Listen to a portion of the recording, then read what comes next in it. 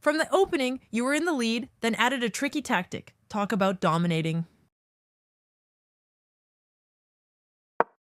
Whoa, a reti opening? Maybe jumping the knight into play, guarding the center. We like it.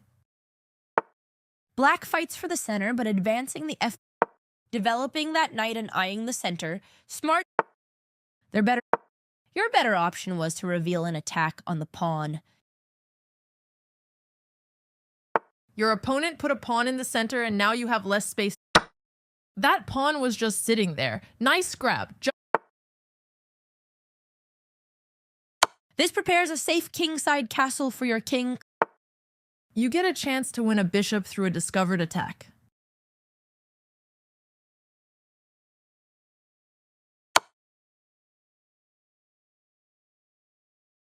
Okay, your opponent's king just stepped out of the check.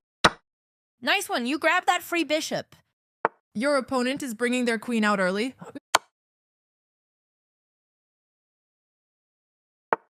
You are now able to checkmate the king. Yes, checkmate. Boom. Yes, checkmate. Boom.